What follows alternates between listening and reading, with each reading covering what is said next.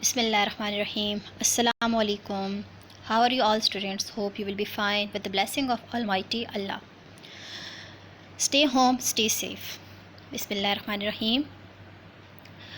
आज से चूँकि इंग्लिश ग्रामर की क्लासेस स्टार्ट हो रही हैं तो इसका जो पहला टॉपिक है वो है parts of speech. Parts of speech को समझने से पहले ये चीज़ समझना ज़रूरी है कि स्पीच बेसिकली है क्या। Speech, what is speech? Speech is a conversation. एक गुफ्तगू करने का, कॉन्वर्जेशन करने का जो तरीका है वो स्पीच है। अब स्पीच को प्रॉपर करने के लिए इसके पार्ट्स हैं, उन पार्ट्स को क्या कहते हैं? पार्ट्स ऑफ स्पीच कहते हैं।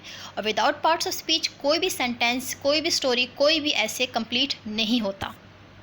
What is part of speech? A part of speech is a word which have special job in sentence. Part of speech वो वर्ड है जिसका किसी भी सेंटेंस में एक स्पेशल काम होता है।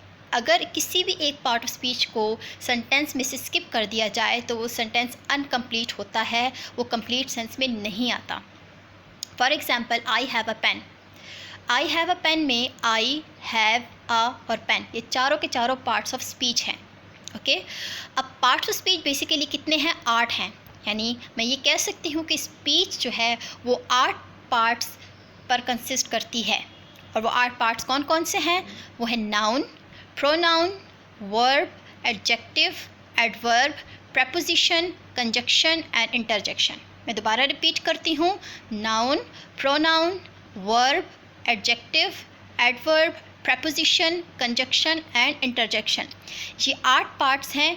इन्हीं 8 पार्ट्स की वजह से कोई भी स्पीच जो है, कोई भी आपकी स्पीच जो है वो कंप्लीट फॉर्म में आ सकती है। यानी कि अगर आप कोई स्टोरी लिखते हैं, आप लेटर लिखते हैं, आप ऐसे लिखते हैं जैसे कि आपके 6 से लेकर 10th क्लास तक आपकी क्रिएटिव राइटिंग स्टार्ट हो जाती है, उसमें आपको यही सिखाया जाता है कि पार्ट्स ऑफ स्पीच आपकी सही होगी तो आपका कोई भी स्टोरी या कोई भी लेटर या एप्लीकेशन क्या होगा, वो प्रॉपर होगा। ओके, सो मैं दोबारा रिपीट करती हूँ, noun, pronoun, verb, adjective, adverb, preposition, conjunction and interjection।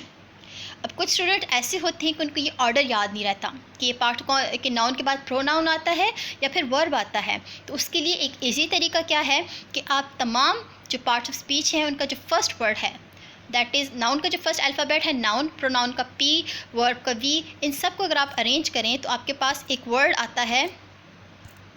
उस वर्ड यानी NPVAAPCN, अगर आप इनको करें तो आपके पास एक वर्ड आता है और वो क्या बनता है? NPVAAPC और I। इन सब को आप अरेंज करें तो आपको अगर आप ये इनका फर्स्ट अल्फ़ाबेट याद कर लें तो आपको इनकी ये सीरीज़ याद हो जाएगी। उम्मीद करती हूँ कि आपको पार्ट ऑफ स्पीच याद हो गए होंगे।